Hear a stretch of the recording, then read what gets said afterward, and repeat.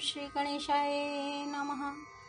ओम नमो भगवते वासुदेवाय।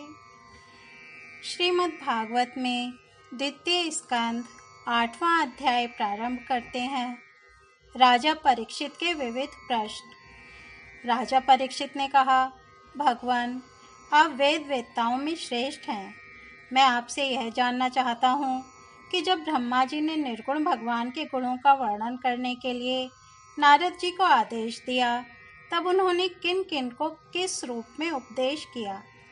एक तो अचिंत्य शक्तियों के आश्रय भगवान की कथाएं ही लोगों का परम मंगल करने वाली हैं। दूसरे, देवर्षि नारद का सबको भगवत दर्शन कराने का स्वभाव है।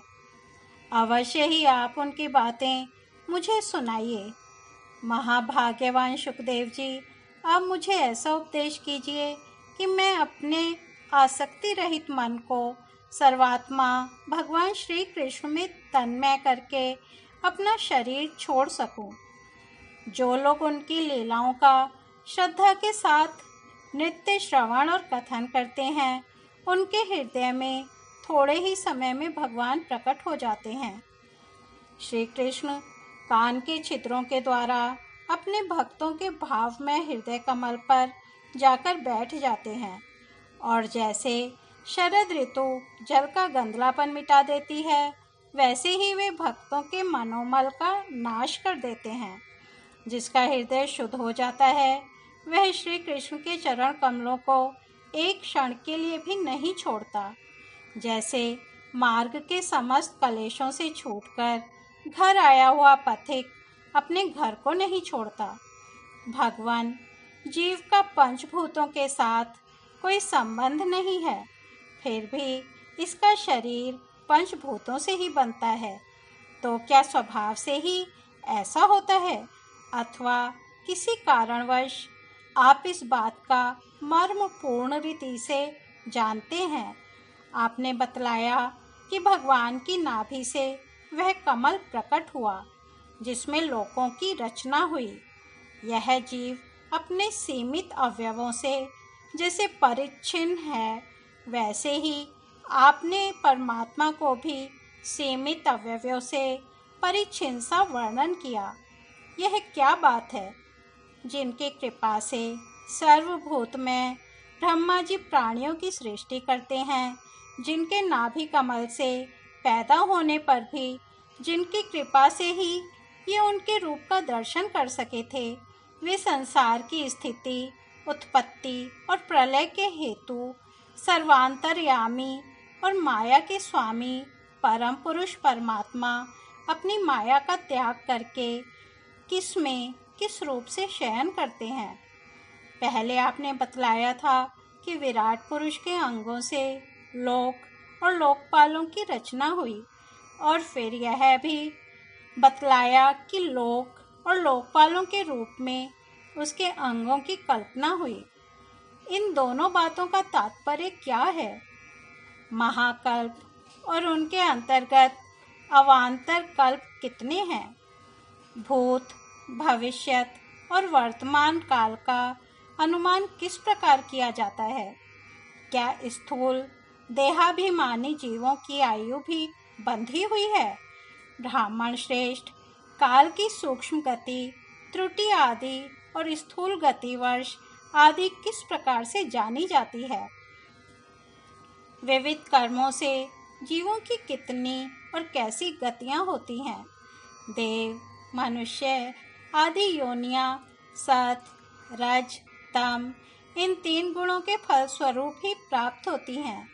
उनको चाहने वाले जीवों में से कौन कौन किस किस योनि को प्राप्त करने के लिए किस किस प्रकार से कौन कौन कर्म स्वीकार करते हैं?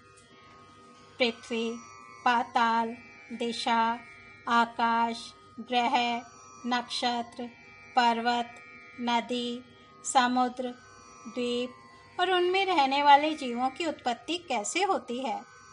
ब्रह्मांड का परिमाण भीतर और बाहर दोनों प्रकार से बतलाइए। साथ ही महापुरुषों के चरित्र, वर्णाश्रम के भेद और उनके धर्म का निरूपण कीजिए। युगों के भेद, उनके परिमाण और उनके अलग अलग धर्म तथा भगवान के विभिन्न अवतारों के परम आश्चर्यमय चरित्र भी बतलाइए। मनुष्यों के साधारण और विशेष धर्म कौन कौन से हैं? विभिन्न व्यवसाय वाले लोगों के, राजर्षियों के और विपत्ति में पड़े हुए लोगों के धर्म का भी उपदेश कीजिए। तत्वों की संख्या कितनी है?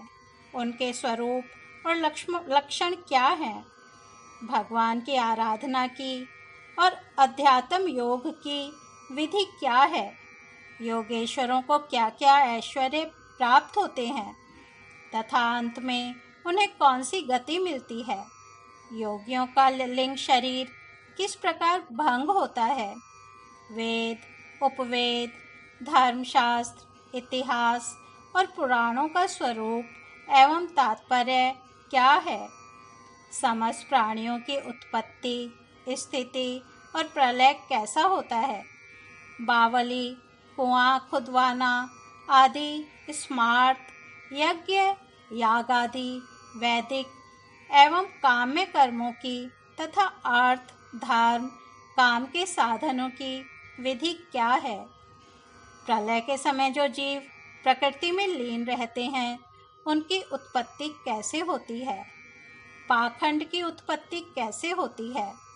आत्मा के बंध मोक्ष का स्वरूप क्या है और वह अपने स्वरूप में किस प्रकार स्थित होता है? भगवान तो परम स्वतंत्र हैं। वे अपनी माया से किस प्रकार क्रीड़ा करते हैं और उसे छोड़कर साक्षी के समान उदासीन कैसे हो जाते हैं? भगवान, मैं यह सब आपसे पूछ रहा हूँ। मैं आपकी शरण में हूँ। महामुने, आप कृपा करके क्रमशः इनका तात्विक निरूपण कीजिए। इस विषय में आप स्वयंभू ब्रह्मा के समान परम प्रमाण हैं। दूसरे लोग तो अपनी पूर्व परंपरा से सुनी सुनाई बातों का ही अनुष्ठान करते हैं। ब्राह्मण, आप मेरी भूख प्यास की चिंता ना करें। मेरे प्राण कुपित ब्राह्मण के शाप के अतिरिक्त और किसी कारण से नहीं निकल सकते, क्योंकि मैं आपके मुखारविंद से निकलने वाली भगवान की अमृतमयी लीला कथा का पान कर रहा हूँ।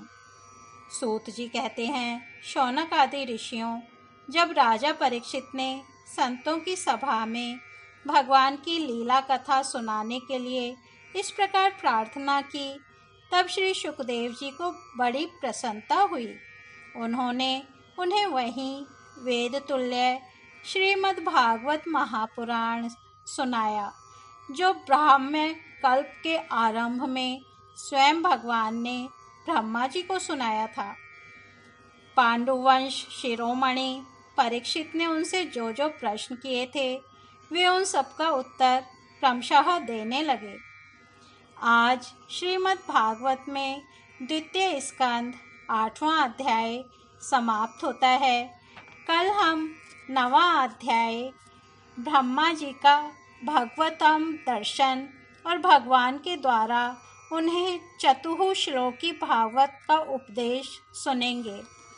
तब तक हम यहीं विराम देते हैं।